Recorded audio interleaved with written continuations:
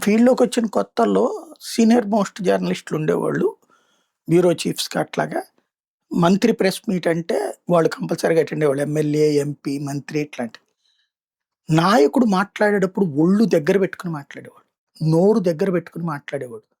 ఒక తప్పుడు మాట వస్తే నిలదీసి అడిగేవాళ్ళం అందరం. వాళ్ళ కాలంగా మాకు గూడా ఒక అవకాశం దొరికింది.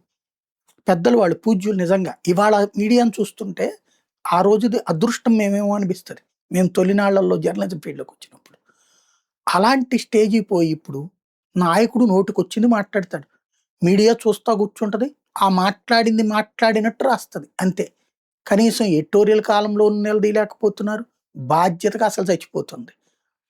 నిన్న జూపల్లి గారు మాట్లాడుతున్నారు. 8,00,000,00,00,000 అప్పులతో మిగిల్చాడు. మిగులు బడ్జెట్ రాష్ట్రాన్నిస్తే అన్నటువంటిది.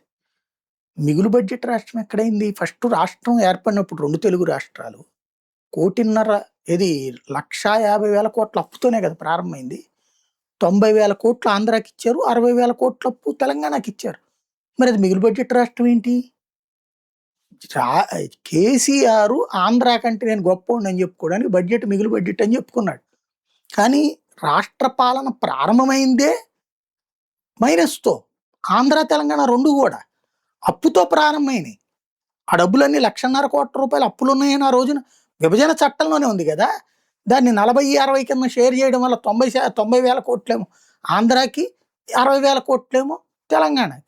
అప్పుతో ప్రారంభమైన రాష్ట్రం మిగులు బడ్జెట్‌తో ఇవ్వడం ఏంది?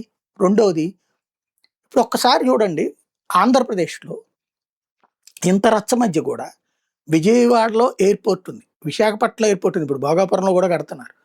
అట్లాగే కర్నూలులో ఉంది. రాజమండ్రిలో ఉంది. కడపలో ఉంది. తిరుపతిలో ఉంది. 6 ఎయిర్‌పోర్ట్‌లున్నాయి. అదే తెలంగాణలో హైదరాబాద్ తప్ప ఎక్కడ ఎయిర్‌పోర్ట్ ఉంది? సుదీర్ఘకాలం కాంగ్రెసే కదా పరిపాలించింది. ఎందుకు కట్టుకోలేకపోయారు? అభివృద్ధి ఎక్కడ కేంద్రీకృతం అయ్యుంది? మొత్తం హైదరాబాద్‌లోనే. పోనీ ఇప్పుడు మనం వచ్చాక ఏం పీకాం? ఇదివరకు కాంగ్రెసే. ఇప్పుడు కాంగ్రెసే. మధ్యలో కేసీఆర్ పరిపాలించింది 10 ఏళ్లే. మధ్యలో తెలుగుదేశం పరిపాలించిందో 23 ఏళ్ళు. తెలుగుదేశం పరిపాలించినటువంటి కాలంలో ఉన్న ఆయన ఇప్పుడు ముఖ్యమంత్రి. కాంగ్రెస్ ముఖ్యమంత్రి. ఎవరు జవాబుదారీ దీనికి అంతటికి? ఇది కదా $1,000,000 ప్రశ్న.